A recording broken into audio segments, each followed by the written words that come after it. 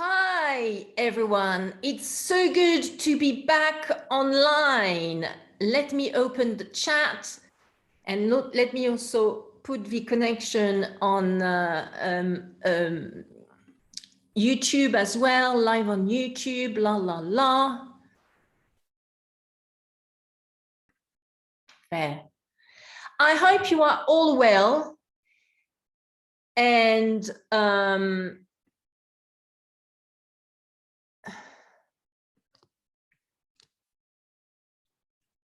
that you are quite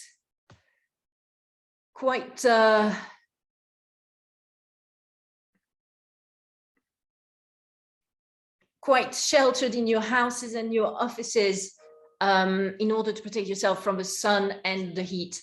So yes,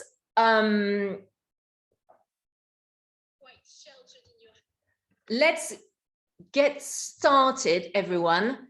So you may have seen that we are just a little bit of news on Crefovi. So we now have some e-commerce services offered on our websites, crefovi.com, which is the English version of our law firm's website, and crefovi.fr, which is the French version. And so we're starting to offer some services through online, through e-commerce. And some of these services are subscriptions, monthly subscriptions that our clients can take. And through these subscriptions, one of them is called Crefovi's subscription plan. And it means that you can actually access all our thought leadership content on our websites, such as our articles. So this is a new thing that we've been working very hard on. And so, yes, so do have a look at our stores on crefovi.com and crefovi.fr. And through there, you will be able to subscribe to our online services, and in particular, receive our weekly newsletter with some weekly thought leadership articles that are accessible to members. And there is a one-day free trial if you want to just test and see whether it's good for you and you like it. So the latest article that we released in the public domain was on the Fortet versus Domino Records trial. So let's get cracking. Today we're talking about renegotiating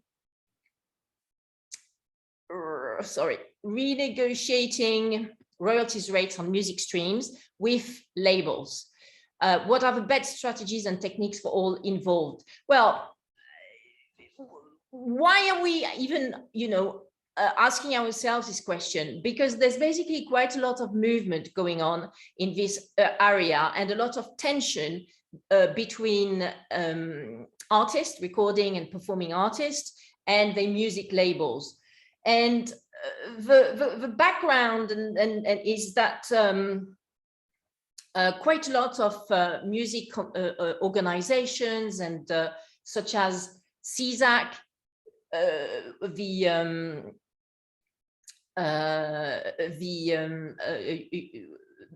organization based in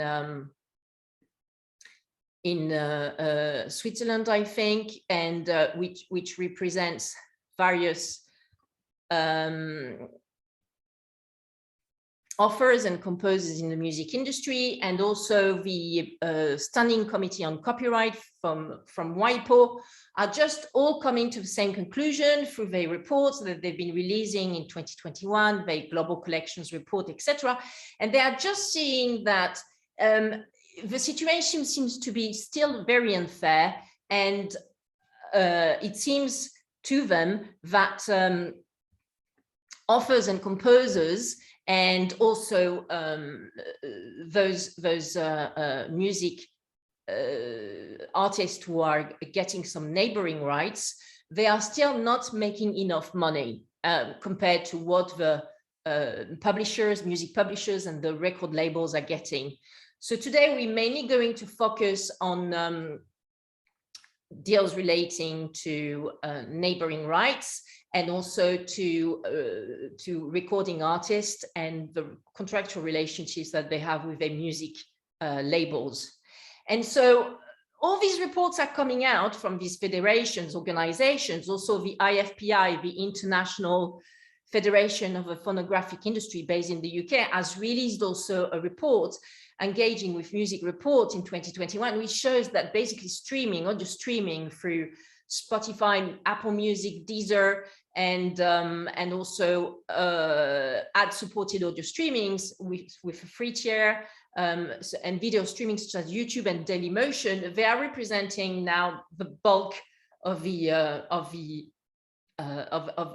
revenues in the music industry. So if music artists, performing artists, and recording artists don't have a good deal on streaming income, then it's going to very much affect the basically the quality of life and their future career, because they will want to move on to something else, or some super talented kid will actually never decide to become a performing and recording artist because he or she knows that they won't be able to make a decent living out of it. So even for the future of the music industry, it is important that recording and performing artists, who do represent really the main creative basis around which the music industry is founded. So recording and performing artists need to feel that they are getting their fair share in terms of streaming income. And so on the back of all this this realization, this realization that streaming income is not fairly distributed amongst all stakeholders, and in particular musical artists seem to be not getting their fair share. There's also the Digital Single Market Directive, which was transposed last year in the 27 member states of the European Union, which I'm sure you know now does not include the United Kingdom anymore, because they did a Brexit, which entered into force last year on the 31st of December 2020 and 1st of January 2021. So the digital single market directive is really a which has now been, as I said, transposed in the 27 member states, or most of them. I think the deadline was around June 2021, so they're getting there, the 27 member states. And so it is really a massive reform for the music industry in particular, because it imposes some transparency provisions, as well as some basically principles of appropriate and proportionate remuneration, and also even a contract adjustment mechanism, and also an alternative dispute resolution mechanism, as well as a revocation right, which all are super favorable to performing and recording artists, obviously.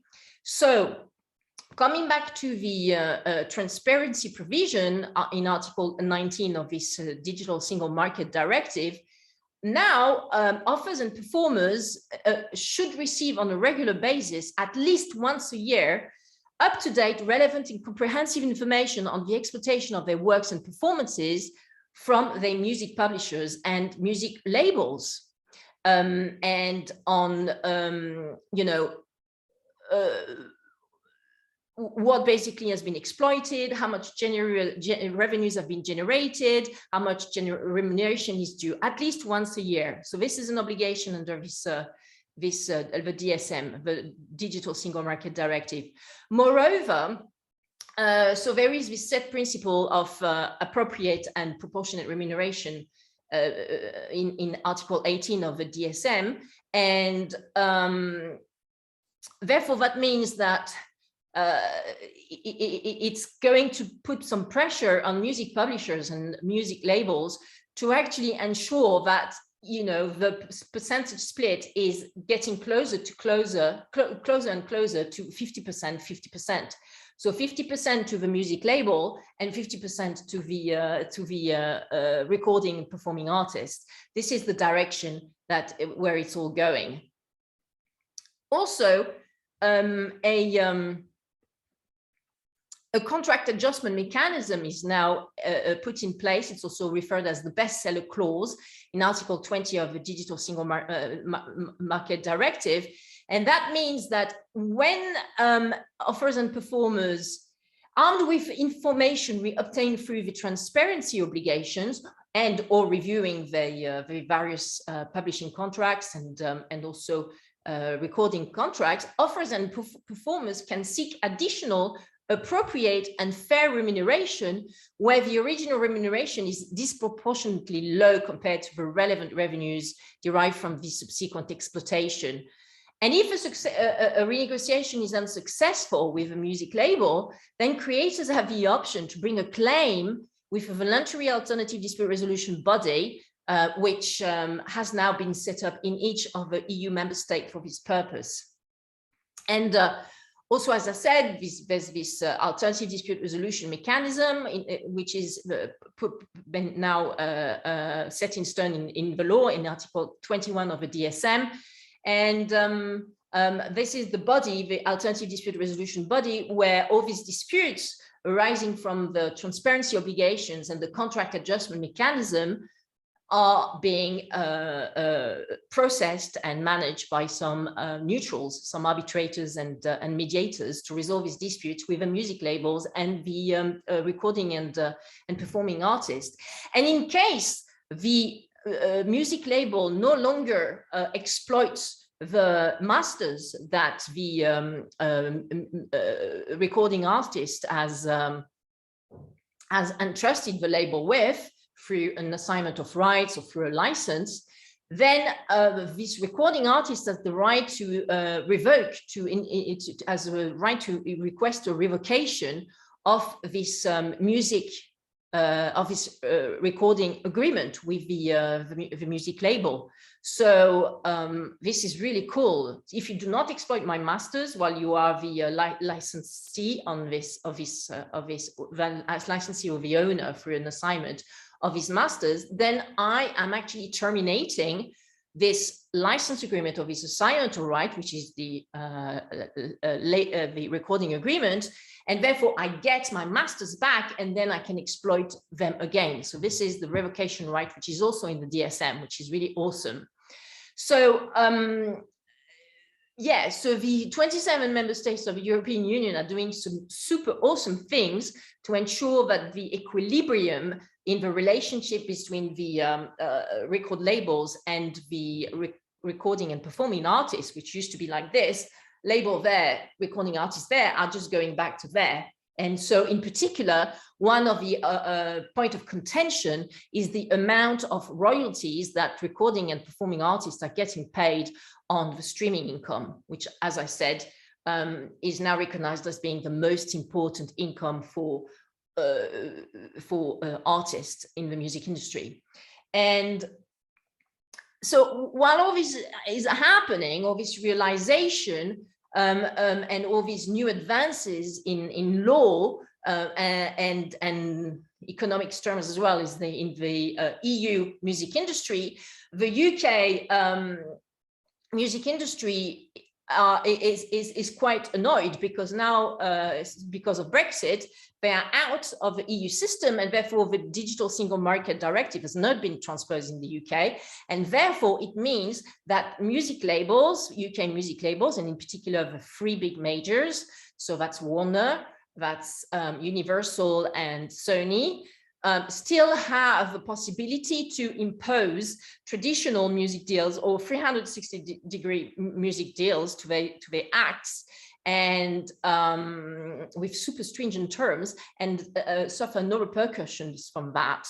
So what the policymakers in the UK, some policymakers in the UK have decided to do is to actually put, I refer you to my article, Reforming UK Music Law, Making the Music Streaming Market Economically Viable for All Stakeholders, which I published earlier this year, I think in March, and it's really detailed, but in a nutshell, the House of Commons Digital Culture, Media and Sports Committee has issued a report saying, well, we need to actually change our ways here, and we need to ensure that the legal framework relating to recording and publishing, music recording and music publishing agreements allow for a renegotiation process, a revocation right, etc., and then some members of this House of Commons Digital Culture, Media and Sports Committee have also drafted a bill, which at the moment is following the motions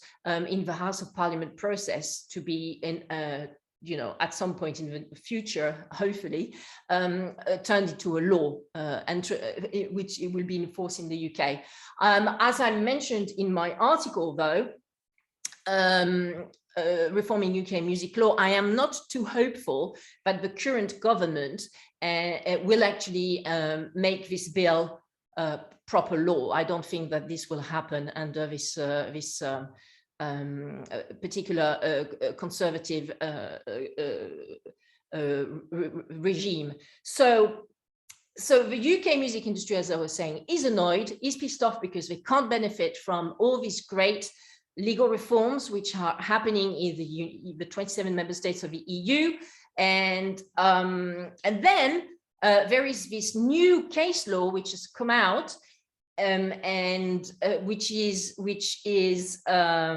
triggered by this UK music artist, recording and performing artist, Fortet, whose real name is Kieran Hebden, who actually filed a legal claim against his music label, Domino Recording Limited, which is a UK independent music label.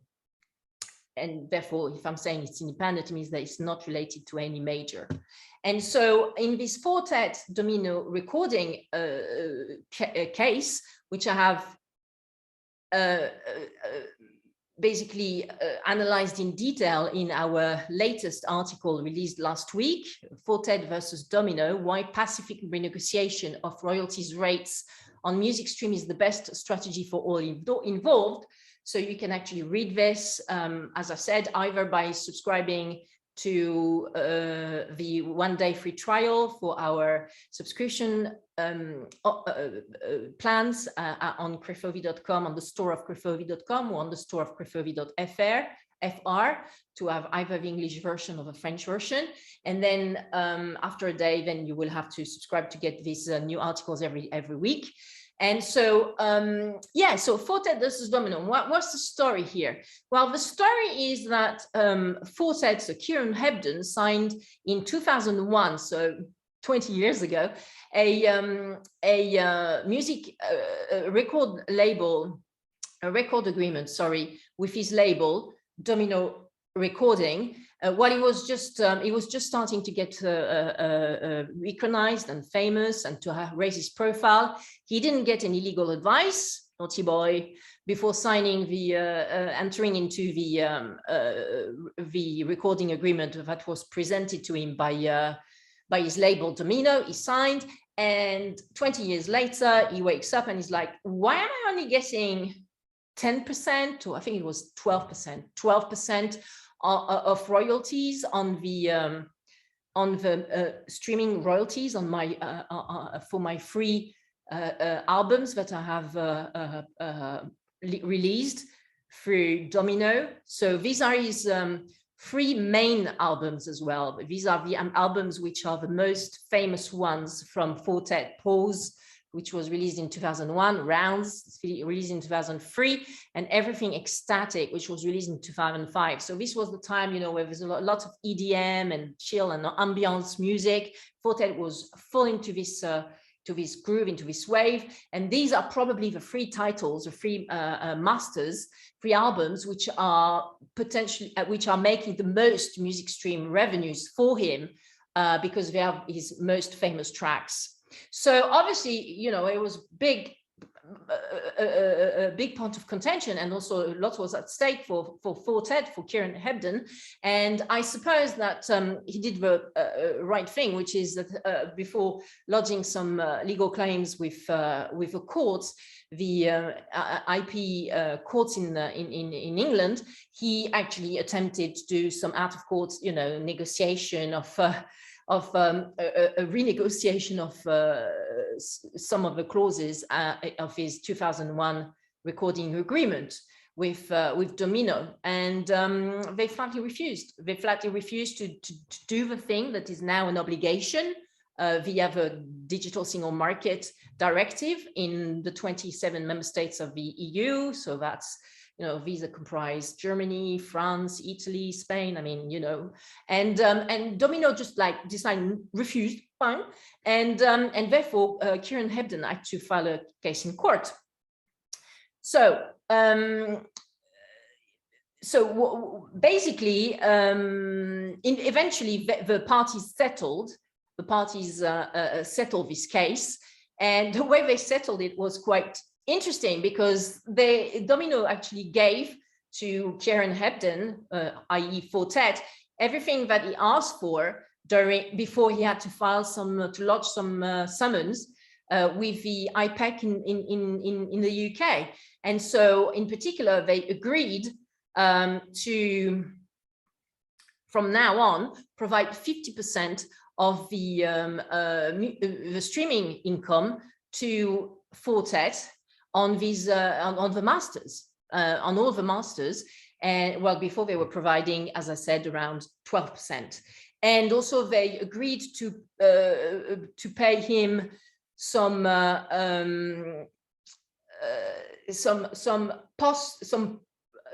previous royalties for all the historical streaming and download income from the accounting period going from 2017 to basically the date on which this case was settled. And so that's around 57 grand in pound sterling, so £57,000 in relation to these royalties, on which they only paid, apology, it wasn't 12%, it was 18%.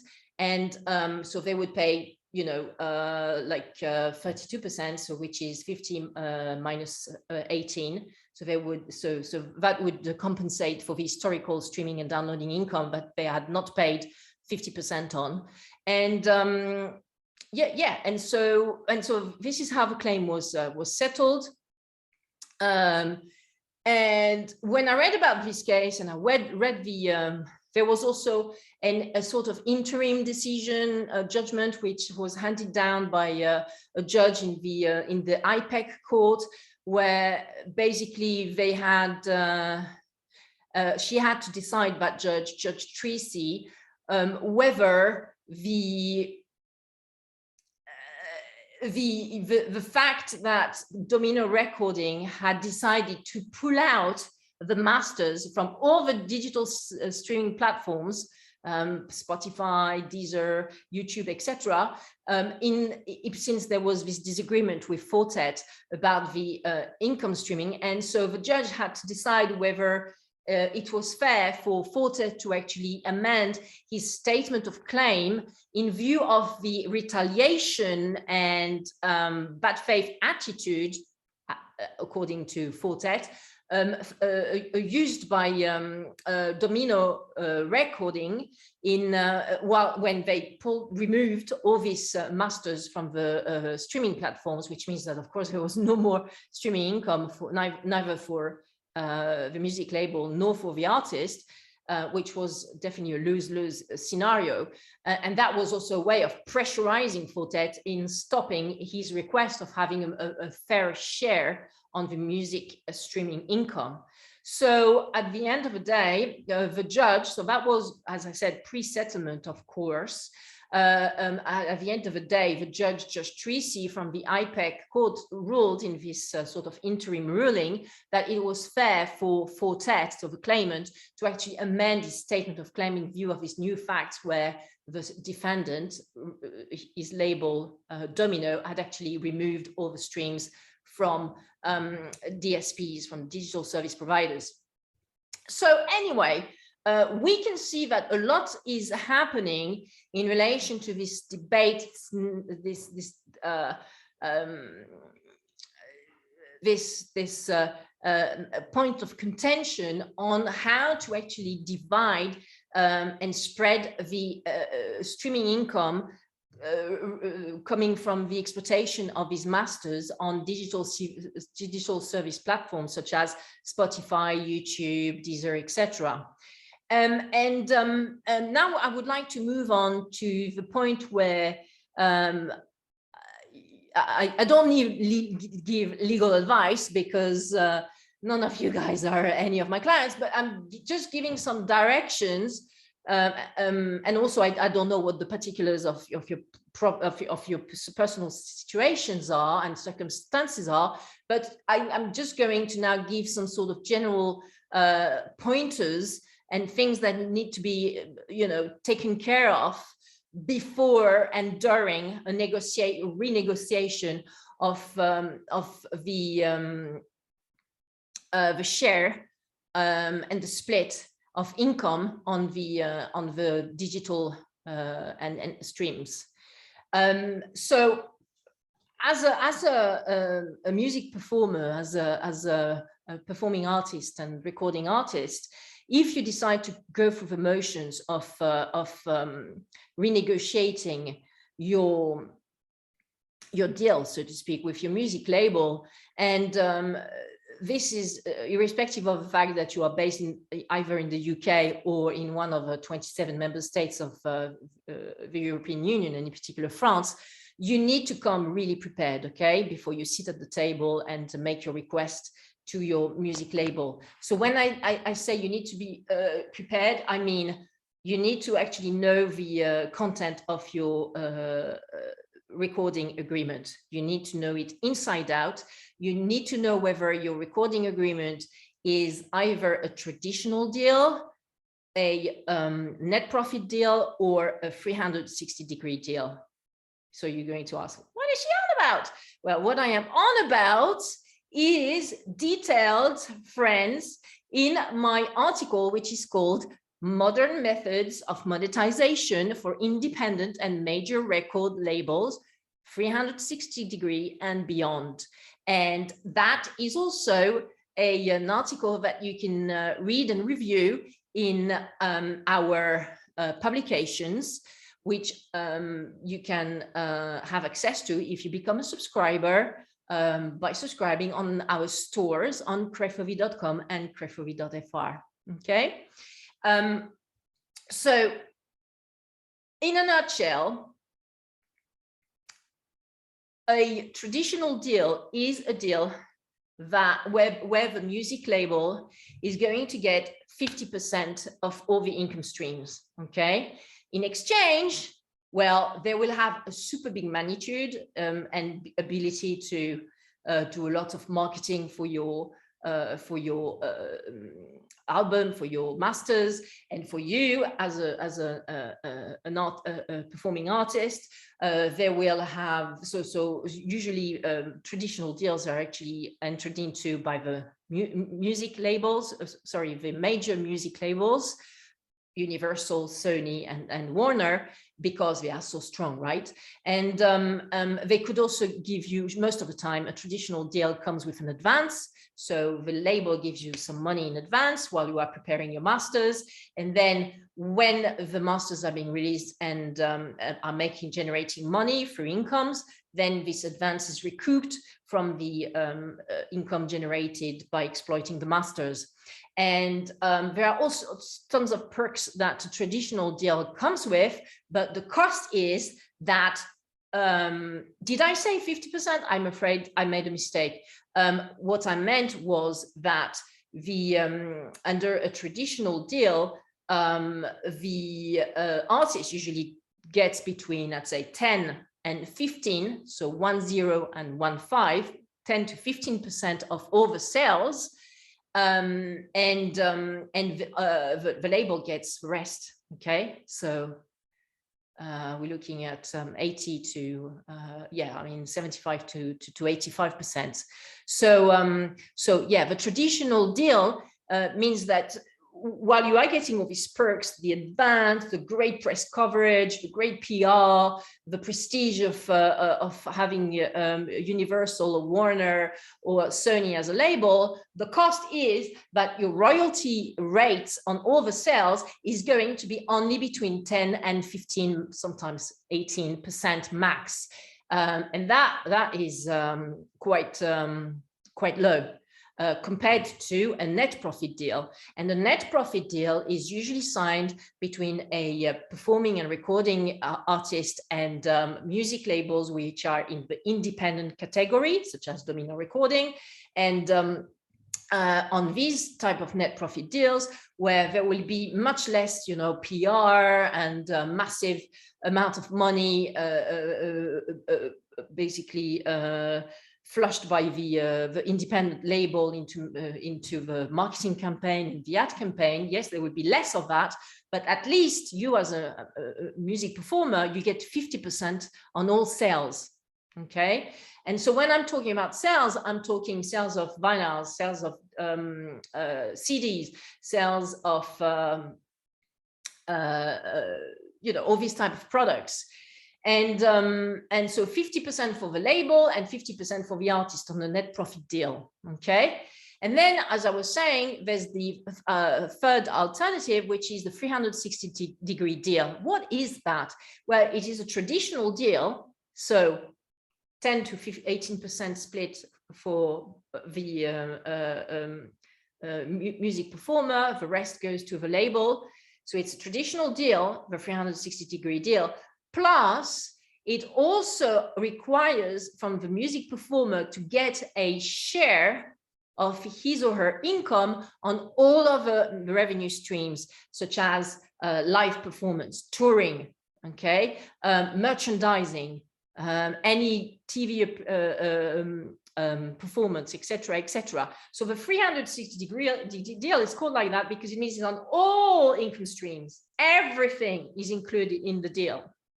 Okay, so yeah, as I was saying, coming back to my point of earlier, if you want to renegotiate your royalties rate on the music stream of your label, you actually need to read in details, even if need be with your with a music lawyer that you need to appoint, and instruct if you feel that this is necessary, and clarify whether what you have signed, sometimes at age 18, when we're just starting to become famous, is a traditional deal or a net profit deal or a 360-degree deal.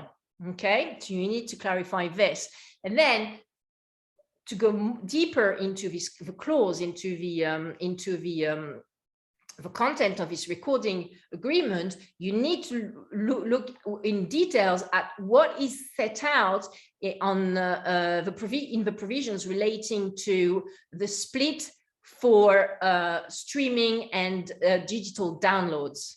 A lot of, as I was saying before, for sales, so sales on vinyls, on CDs, on usually in a traditional deal, the split is 10 to 18% for the artist maximum, and the rest is for the record labels. So why is it like this? Why? But because before streams became so prominent, the mainstream way of distributing music was through actually cassettes and CDs and vinyls, right? And since they were physical objects, they actually cost quite a lot of money to be manufactured and produced. So that was the rationalization. That was the reason why the labels were saying, yeah, but we're spending so much time, paying the manufacturers for them to actually make the cassettes, the vinyls, and the CDs, that it actually makes sense that we get 80% of this income back, on the sales of these products. So that was the rationalization of such a split on sales before. But then what happens with streams? Streams are by definition and by nature virtual. They are intangible. because, you know, they are digital streams. So there aren't any manufacturers involved in this process of distributing streams. So are we going to treat them as sales, these streams, or are we going to treat them as licenses? Because in most traditional deals in recording agreements, licenses are actually split. The royalties on licenses are actually split 50% between the musical artist and the label, and his or her label. So there's this whole debate about whether a music stream, a digital stream, is a sale or a license. And this is a very critical point, because if it's a sale under a traditional deal, the artist gets only 10 to 18%. And if it's a license, the artist gets 50%. And of course, what did most music labels do when the market turned around and CDs became redundant and obsolete, and cassettes were, you know, obsolete like 20 years ago? And so what did the big players in the industry do? They actually said, well, streams, nah, they're sales, they're not licenses. What are you talking about? So especially in the US around 10 years ago, quite a lot of artists who were signed into traditional deals actually sued their record label, the majors in particular. So I refer you to the, you know, the case started by Eminem, who negotiated very hard with his label to ensure that he would get more than, you know, 18% on the streams.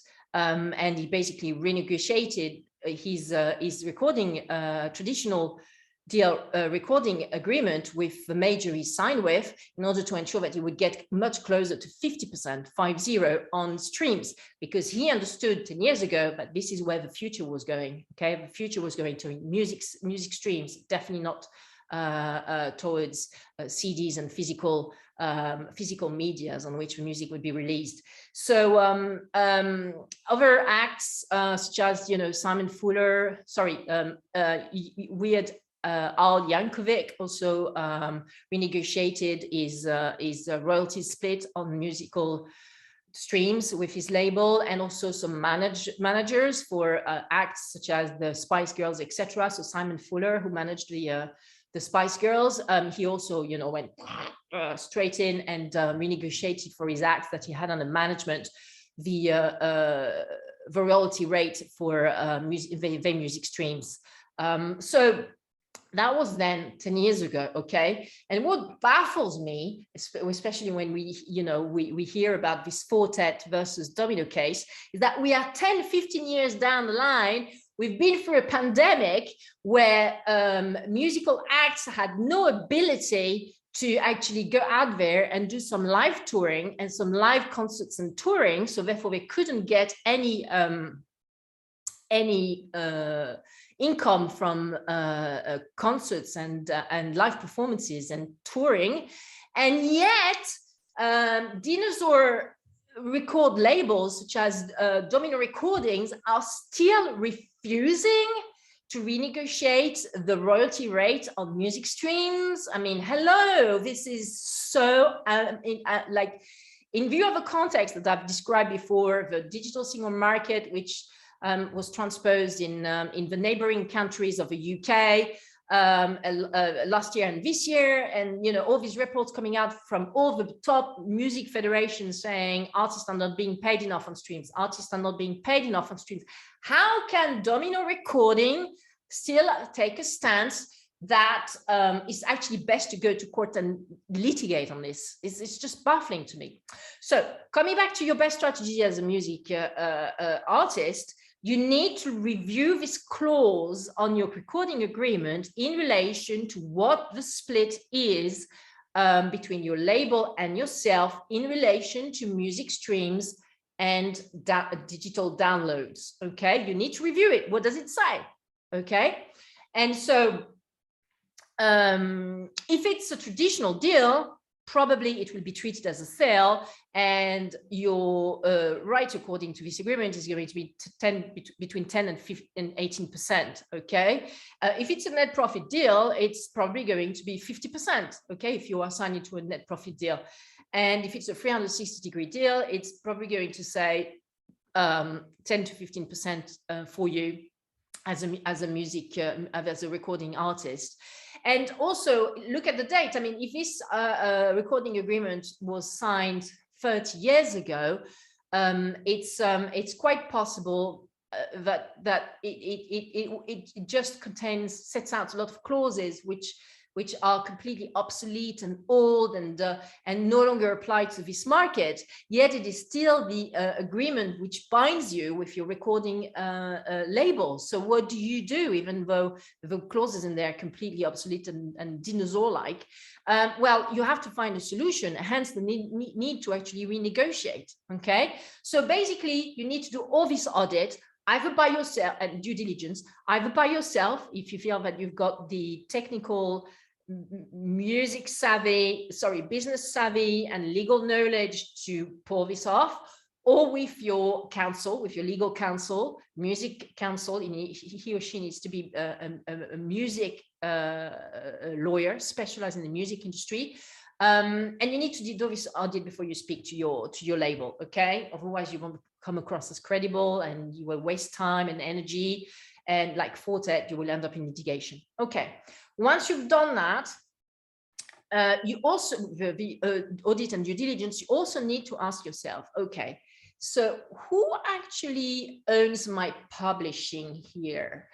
If the company I'm signed with for the the masters, so the recording agreement, is signed with a major, okay, there's a very high probability that the publishing side of this major is also going to manage my my publishing on this particular songs, tracks that I have composed, written, because I'm a performing artist as well as a composer, writer. Okay, it can happen. Lots of acts both compose, write, and as well as perform. Think Ed Sheeran, Adele, etc., etc. So yeah. So for example, let's give you a practical example. I'm with Universal. I am with Universal Recording for records, or one of a imprint at Universal on the label side, and therefore I have a recording deal with Universal. But I also have my publishing for all these music compositions managed by Universal Music Publishing on the publishing side, right? So this is obviously perhaps not exactly the same legal entity, but at the top on the the parent company is Universal. Okay, so why am I saying this? Because you need to see whether you're going to take some uncalculated risk by trying to renegotiate your recording agreement with Universal, while if Universal Music Publishing, your publisher, knows about it, well, they might actually be quite annoyed that you are trying to renegotiate your record deal, and this could actually, sour the relationship with your music publisher as well. Okay, so what I'm saying is that you need to actually calculate the risk. What are the pros and cons of me renegotiating these royalties rates on my music streams? I mean, there is definitely a big case for it at the moment, in view of the whole context and changes happening in the music industry, especially in the EU. But am I taking quite a lot of risk, because there's a relationship between my music label and my music publisher, and therefore if I get in a confrontation with my music label, this could have a repercussion on my relationship with my music publisher, and I could actually lose from that as well. So you see, you need to really strategize here and think hard before you actually pull the trigger and reach out to the CEO at your music label and say, bang on the table, I want a better deal. 10%, not good. I want 50. You know, that's a steep climb, 10 to 15 to 50, 50. Yeah, but it is what it is. I mean, thinking about the future, I don't think that the record labels are going to be able to pull this off for much longer, you know, keeping their acts on a royalty rate of 10 to 18% max for music streams in this day and age, in this economy. In view of how the market is going, I don't think that they'll be able to do it. I mean, what I've been reading in the press, for example, in relation to Domino Recordings, this music label who refused to enter into any negotiation with Fortet about renegotiating the royalty rate on music streams, well, their reputation got super damaged. And it was the same actually 10 years ago when the likes of Universal and Warner or whatever refused to actually, I mean, initially resisted the renegotiation of streaming royalty rates with the likes of Eminem, Simon Fuller, and we had Al Yankovic. So yeah, you get a PR disaster when you react like this, and you absolutely flatly refuse to engage into any renegotiation of the royalty rates. So the future, I think, is bright for music performers and recording artists, but they need to come prepared, and they need to be able to impress the other side, so the music label and the legal team. But not only that, they also need to be able to impress a eventual and possible judge in front of the IPEC court, the intellectual property court in the UK, in case the negotiation doesn't work out and they have to pull off a Fortet and actually go to court and file some summons in court against their label. So what you have to think at the back of your head when you're doing that negotiation and you're doing the due diligence of the audit is, am I acting in a way which a judge of the IPEC court would think is a fair and reasonable strategy to renegotiate my royalty rate of music streams? And I can guarantee you, now that I've read, you know, the judgment from Justice Treacy, which she handed down, I think, in January 2022, called so I was Mr. Kieran Hebden and Domino Recording Company Limited, and so this is like a 24 pages judgment written in rather complex English, and with a lot of and you know, convoluted ways of expressing an idea or a point or an argument, and yeah, it's super formal. Okay, so you have to ask yourself, am I, you know, building a case here so that I will have I'm maximizing my chances of winning if I actually have to file some summons against my music label in court, okay, with a judge from the IPEC division, for example. Yeah, so yeah, be prepared, be rigorous in your approach, get some appropriate legal advice if you think that this is needed, even when you are merely doing a renegotiation behind closed doors with your label. Sometimes it's actually better to already have a music lawyer on your side straight away, even before litigation, and then, you know, go with it, because I really do think that the position of dinosaur labels like Domino Recordings is going to fade away. This is they will in time they will lose total credibility in having this sort of imbecile approach in the future.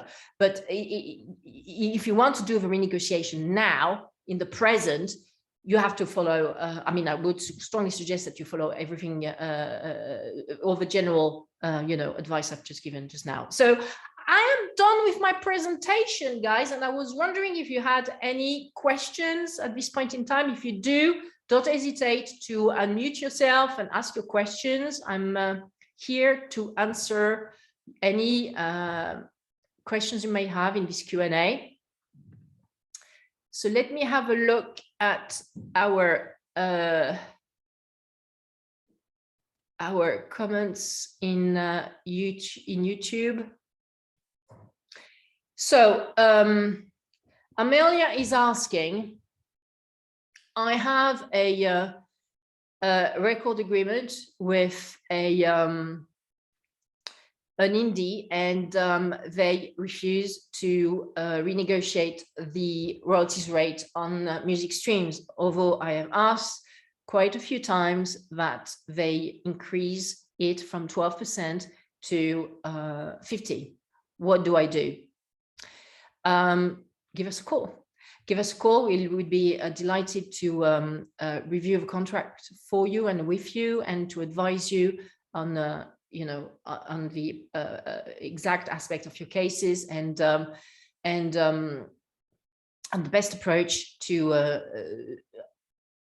resume this renegotiation of a rate with your label. As I said, a position where they refuse in the long term to renegotiate such rates on income streams is going to become completely unsustainable, and an enormous damage to any label's reputation. But we are talking about now. We're not talking about in 5 or 10 years' time. So yeah, I think the best way for you to approach this is to get proper legal advice, and we can do that. Okay. No further questions. So thank you so much, guys. It was a pleasure to do this presentation for you today, and talk to you later.